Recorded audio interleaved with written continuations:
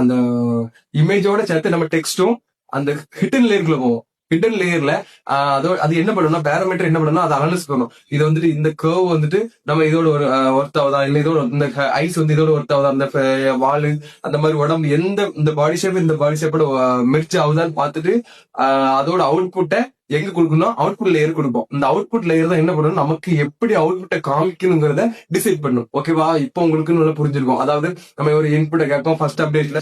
For example எடுத்துக்கலாம், இப்போ நம்ம டீப்சிக்கு பத்தி தான் பேசுறோம், அந்த ஏஐ சாட் பேட்டர்ன் பத்தி தான் பேசுறோம். இப்போ வந்துட்டு ஃபர்ஸ்ட் வந்துட்டு ஒரு லான்ச் ஆன டேட்ல இப்போ நம்ம ஒரு இந்த இமேஜ் ஒரு கேட் இமேஜை கொடுத்து வாட் இஸ் இதுல என்ன இமேஜ் சொல்லி கேட்டிருந்தோம்னா நிறைய கொடுக்கும், ஸ்டெப் பை ஸ்டெப்பா நிறைய இழுத்து போவோம். ஆனா இப்ப இருக்க தேர்ட் அப்டேட்ல இப்ப நம்ம கொடுத்தோம்னா ஷார்ட் ஆன்சர்லயே முடிஞ்சிடும்.